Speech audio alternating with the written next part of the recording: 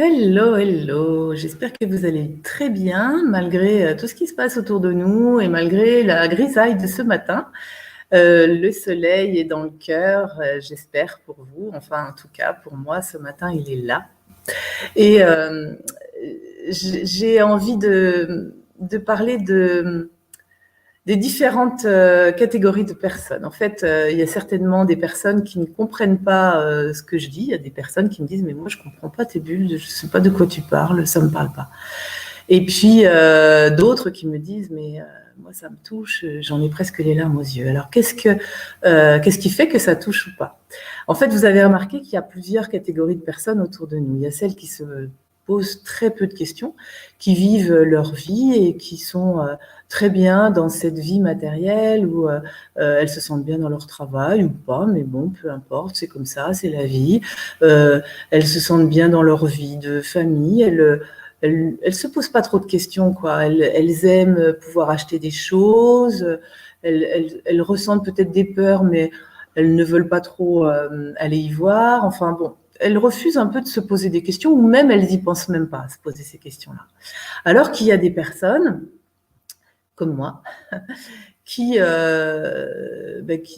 ont un mental qui fuse, quoi. Ça bouillonne dans la tête, ça n'arrête pas de se poser des questions. C'est compliqué, quoi, en fait. Et donc, on semble, pour les autres, les premières catégories de personnes, être des personnes vraiment très compliquées. Et du coup, moi, j'étais entourée de personnes qui ne me comprenaient pas forcément, parce que souvent, elles me disaient « mais où est-ce que tu vas chercher ça, quoi ? Mais c'est compliqué ». Donc moi, je me disais « ah oui, c'est vrai, je suis compliquée, il ne faut pas que je sois comme ça ». Donc je me refusais. Je ne m'autorisais pas d'aller explorer tout ça. Et je ne m'acceptais pas. Jusqu'au jour où j'ai lu un livre qui s'appelle, de Christelle Petit-Colin, qui s'appelle « Je pense trop » et comment canaliser ce mental. Et du coup, elle explique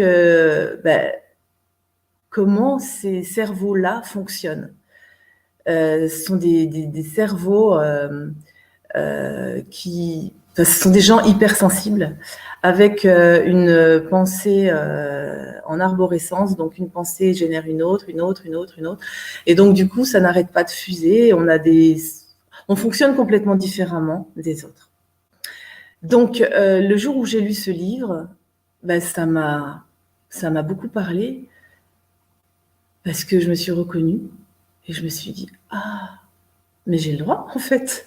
J'ai le droit de fonctionner comme ça, j'y peux rien, c'est pas de ma faute, c'est comme ça. Donc je peux laisser libre cours à ce mental, à cette pensée en arborescence qui m'apporte beaucoup également.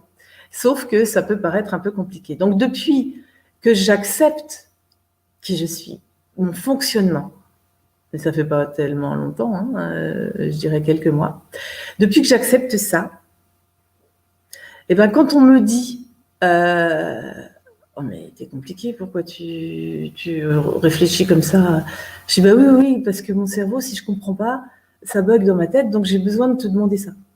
Bon, tu sais y répondre ou pas, c'est pas grave, mais au moins je vais jusqu'au bout de ma réflexion.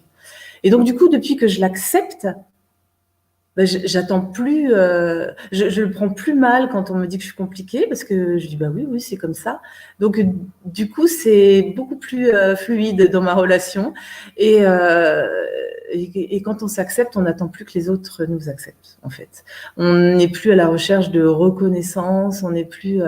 donc moi, ça m'a fait un bien fou.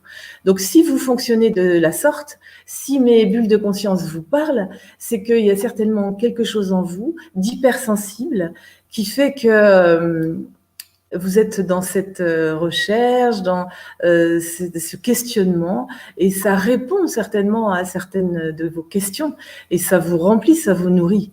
Les autres personnes qui comprennent pas, ne cherchez pas à comprendre, ne regardez pas, c'est tout, parce que du coup, ça n'a pas beaucoup de sens pour vous. Par contre, j'ai une personne l'autre jour qui m'a dit « écoute, je comprends pas tout ce que tu dis, mais ça m'ouvre à autre chose. je me dis qu'il y a peut-être d'autres façons de voir les choses et je trouve que c'est intéressant. Donc là, effectivement, je pense qu'il y a quelque chose comme ça qui... une ouverture, une sensibilité qui peut s'épanouir chez les personnes. Donc voilà, il y a de tout, mais sachez que nous ne pouvons pas tous être dans cette recherche, dans cette sensibilité, parce qu'en fait, les personnes hypersensibles ressentent tellement de choses qui ne leur appartiennent pas. En fait, ça va avec le ressenti. On ressent énormément de choses des autres. On est très empathique et du coup, parfois, on ne sait plus si ça nous appartient ou si ça appartient à l'autre. Donc, c'est ça qui est très déstabilisant. Et ce ressenti peut nous mettre mal. Et c'est pour ça que parfois, on ressent du mal-être et on ne sait pas naviguer avec. Et c'est important d'apprendre à vivre avec cette sensibilité, avec cette hypersensibilité. Et on en parle de plus en plus. Et il y a plein de vidéos, moi qui me font du bien d'ailleurs, sur YouTube, qui parlent de cet état hypersensible. C'est pas mal, c'est ni bien ni mal. C'est juste apprendre à vivre avec. Donc, si ça vous parle, ces vidéos, c'est qu'on est sur le même chemin et que si je fais ces vidéos, c'est pour peut-être éclairer certaines personnes, certains d'entre vous qui ressentent du mal-être et qui ont besoin de comprendre. Donc, j'ai envie d'éclairer peut-être un peu votre chemin au fur et à mesure de mon avancée pour qu'on avance ensemble. Donc, voilà, je vous dis à très bientôt parce que j'aurai certainement encore plein d'autres choses à vous partager en tout cas. Je vous embrasse, je vous souhaite le meilleur. Prenez soin de vous, écoutez vos ressentis. C'est important. Souvenez-vous que c'est la clé du bonheur.